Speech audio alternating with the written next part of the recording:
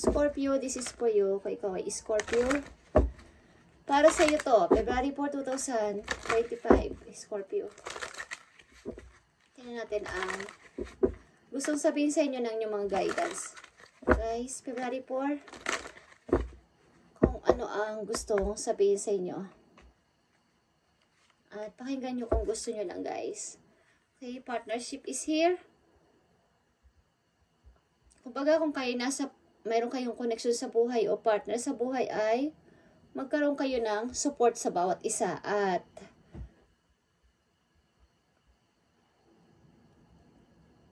yung personal life ninyo and career, dapat ay pareho yung pinag-uusapan at walang lihiman sa isa't isa kung kayo ay nasa relasyon. Okay, kung kayo ay nasa relasyon lang. Scorpio. Bigyan ninyo ng time ang isa't isa at communication, huwag kakalimutan. Personal life and career ay dapat yung pag-usapan ng yung pag-is honest. Wala kayong tinatago sa isa't isa ng yung partner. Kung kayo ay nasa relasyon. Okay, Scorpio? Tingnan natin ang inyong buhay pag-ibig muna. Scorpio, silipin natin ang inyong buhay pag-ibig. I need one message lang dito. Okay, Scorpio, you have soulmate. Yes, this person is your soulmate. Your connection is matatag. Okay. Kayo ay connected sa isa't isa ng iyong soulmate, Scorpio, ng person na to. Kaya kung kayo ay nasa relasyon katulad ng message ninyo ay pag-usapan ninyo ng mabuti ang inyong buhay palagi at wag mawalan ng communication sa isa't isa. Maging personal life man yan o sa inyong career. Okay? Sa inyong relation, tingnan natin ang inyong message. Scorpio. Scorpio, nabibigyan ng ng message today. Okay. Kayo ay masaya, maybe. Okay. But, maaaring nagkukulang kayo sa money. But, may bagong pag-asa pa parating. Okay? Huwag kayong mawala ng pag-asa sapagkat may bagong pag-asa na darating sa inyo. Maaaring ito ay offer galing sa kung saan. May nagbabantay sa inyo, okay? Meron kayong protection ni God, Scorpio. May good news sa paparting sa inyo. Something na inyong relationship ay tradition. Okay? Ito ay tradition, something na sagrado. Walang makakapaghiwalay sa inyo ng yung person, Scorpio. Okay. Message sa mga Scorpio, February 4, 2025.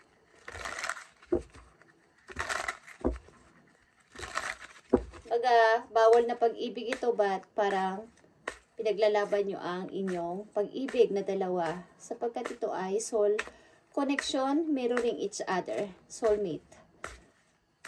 Okay, Scorpio, tingnan natin ang inyong situation. Mga nakaraan yung situation muna. Dami yung nakaraan.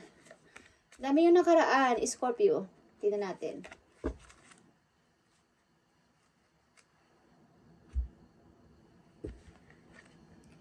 Okay, tingnan ninyo ang inyong situation. Mahirap na sitwasyon sa bilang may asawa. Meron dito. Paghihirap sa bawas sa kabuhayan, sa money, or hindi nyo alam ang gagawin ninyo at nagbubingi-binghan na lang kayo kung anong solution dito sa problema na to. But, ang ilan sa inyo dito ay may tinitingnan sa malayo. May bagong person na nagugustuhan sa malayo. But, kayo, ang ilan sa inyo nasa pamilya na. At nakakaranas ng mahirap na sitwasyon sa pamumuhay at hindi nyo alam ang inyong pagdidesisyonan kung ano bang gagawin ninyo. Maaring may aalis dito sa isang buhay mag-asawa dahil napakahirap ng sitwasyon, napakahirap ng pinagdadaanan ninyo at hindi nyo nakayanan o hindi nyo makakayanan ilan sa inyo. Okay, ilan sa inyo ay nakakonect sa isang tao malayo sa kanila at ito ay sikreto. Okay, Scorpio, tingnan natin ang message dito sa inyong kasalukuyan.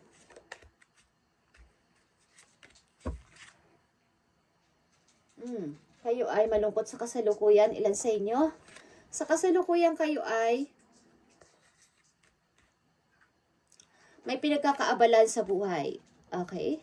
May mga bago kayong ginagawa sa kasalukuyan ninyo at pinagkakaabalahan ninyo at mga bagong gustong gawin. Mga bagong gustong gawin at ito yung kahit na ayaw pa ng ibang tao, ayaw ng mga taong involved sa buhay ninyo ay gusto nyo itong pasimulan sapagkat ito ay kung ba ito yung dinidesire ng heart ninyong gawin. Okay? Walang makakapigil sa akin sapagkat ito yung gusto kong mangyari.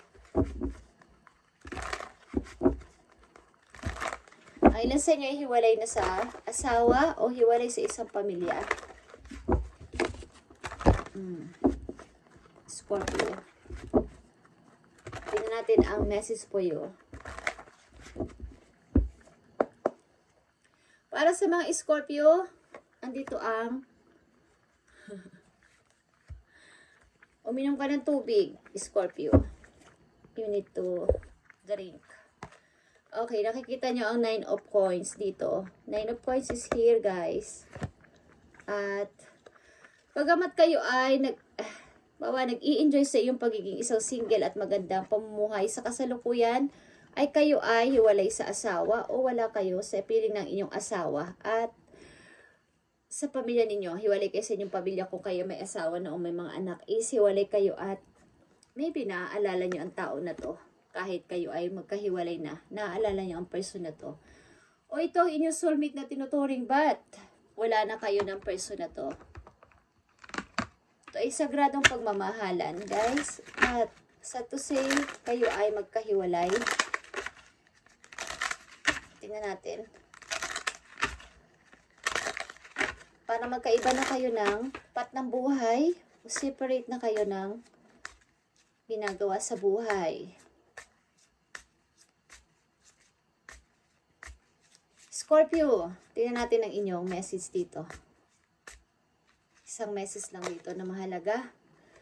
Nothing has gone wrong. Trust the process. This connection is divinely timed. Okay. Okay, Scorpio. Maaring hiwalay na nga kayo ng person na to at panahon na lang makapagsasabi ko kayo pa dig dalawa. But kayo ay sinasabing soulmate. Okay? Kaya lang ay hindi kayo magkasama na sa bahay ng person na to. At may kanya-kanya ng pinagkakaabalahan sa buhay. Okay, Scorpio. Sa madaling salita, ang ilan sa inyo sa ngayon ay malungkot. Malungkot, bagamat nag-i-enjoy sa pagiging single. Okay. Tingnan natin, Scorpio. Sa mga Scorpio na nandito, hindi nyo siguro nakayanan ang nangyaring mga problema sa inyong pamilya. At nagkaroon dito ng hiwalayan. Okay, payo sa inyo ng inyong mga guidance. Scorpio, ngayong February 4, 2025. Ayon sa inyong sitwasyon. If you are noticing changes within you, it's because you are leaving the old version of yourself behind. You are elevating and shedding unnecessary layers. Old cycles are ending and new beginnings are on the horizon. You deserve this new chapter. Okay. Kung kayo talaga ay hiwalay na at kayo nag-i-enjoy ngayon sa inyong pagiging single, ay maaaring ito ay old cycle na talaga sa inyong buhay at kailangan nyo na mag-start ng bago. Pagamat naaalala nyo pa rin ang tao na to galing sa nakaraan ay ito ay past na. Okay? Na tinuturing ninyong soulmate. Kapag kailangan mong mag-start ng bago sa iyong buhay sa ngayon papunta sa future. Kung may bagong person na dumarating ay why not na hindi mo pansinin, Scorpio, sapagkat you deserve this new chapter. Kumbaga nanonotice mo sa sarili na muna, ang dami nang nagbago sa akin at parang nag-e-elevate. Kumbaga nagle-level up ka na sa buhay. Siguro sa inyong nakaraang relasyon ay kahit anong gawin yung pagsisikap sa buhay ay mahirap dumating o mabigat ang pasok ng money.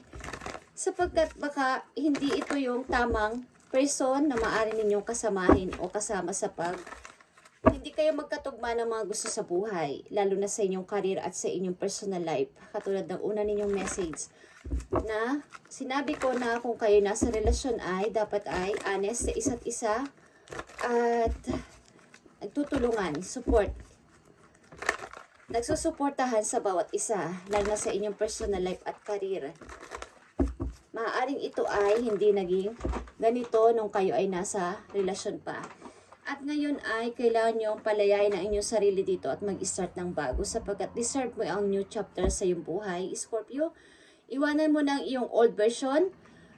Maaaring iniwan mo ang ganitong klaseng pamumuhay at hindi kayo, kumbaga, nagmamahalan man kayo ba't hindi kayo magkatugma.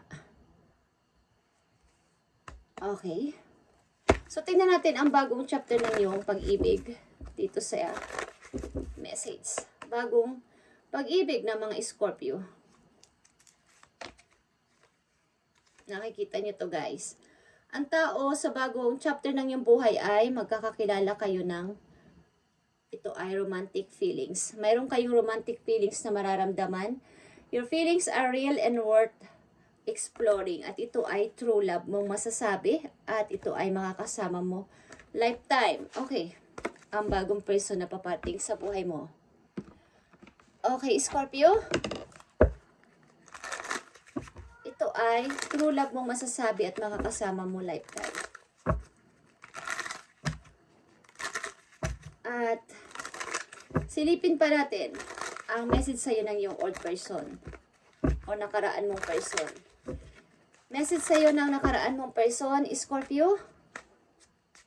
Mahal mo ang person na to, kaya lang ay hindi kayo magkatugma ng gusto sa buhay. At pagka naging pamilya man siguro kayo o magkasama sa bahay dati ay hindi nagkaroon ng pag-improve o pag-grow ang inyong relasyon.